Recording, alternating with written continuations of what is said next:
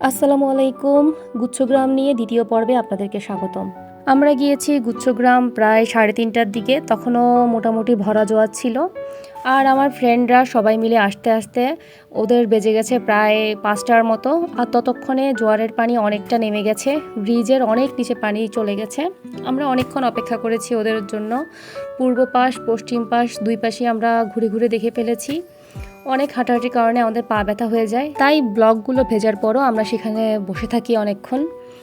তারপরে একটা পর্যায়ে ওরা আসে, আর ওরা যখন আসে তখন কিন্তু ওরা গুচ্ছগ্রামের আসল সৌন্দর্যটাই দেখতে পারেনি।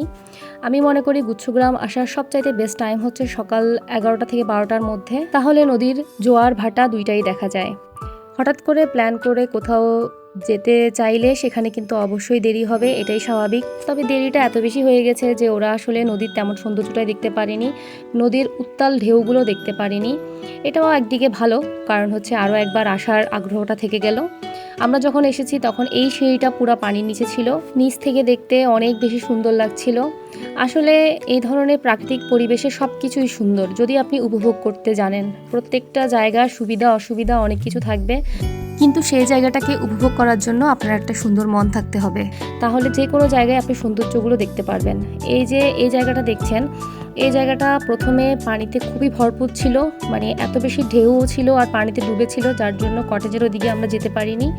তারপর পানি কমে যাওয়ার পর আমরা কটেজের সামনে থেকে দেখে চলে এসেছি, কটেজের ভিতরে ঢুকিনি। এই হচ্ছে আমাদের বাহিনী, আমাদের বুড়া গাড়া বুড়া মুরব্বী সবাই। আমাদের যে ফ্রেন্ড সার্কেলটা, এটা টোটালি একটা ফ্যামিলি রিলেটেড সার্কেল। এখানে আমাদের বান্ধবীরা বন্ধুরা সবাই ফ্যামিলি বাচ্চা কাচ্চা সব নিয়ে অলওয়েজ আমরা ঘোরাফেরা করি। আমরা কখনো একলা একলা ঘোরাফেরা করি না, এই জন্য আমাদের বন্ডিংটা আলহামদুলিল্লাহ অনেক অনেক ভালো।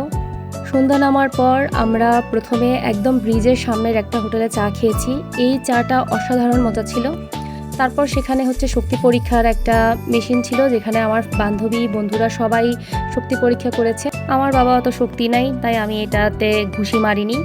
যাই হোক, সবাই মিলে একদম নদীর পাড়ে যে সম্রাট হোটেলটা ছিল, আমরা সবাই ওখানে খেতে বসেছি। প্রথমে আমরা সম্রাট হোটেলের পেছনের সাইডে একেবারে খোলামেলা নদীর বাতাসের মধ্যে খাওয়াটা স্টার্ট করেছি। হঠাৎ করে এত বৃষ্টি এসেছে, বৃষ্টি আসার পরে আমরা সবাই আবার হোটেলের ভেতরে ঢুকেছি। ওদের খাবার দাবার সব কিছু এখানে ছিল। এটা ছিল গরুর দুধের চা। এদের চাটা মোটামুটি ভালো, তবে প্রথম দোকানের চাটা ছিল অস্থির ভালো। আমার বান্ধবী সিমি মহিষের মাংস দিয়ে ভাত খেয়েছে, ওর খাবার দেখে তো সবারই লোভ লেগে গেছে। খাওয়া দাওয়া শেষে বাসায় আসতে আসতে আমাদের প্রায় রাত 10টা বেজে গিয়েছিল।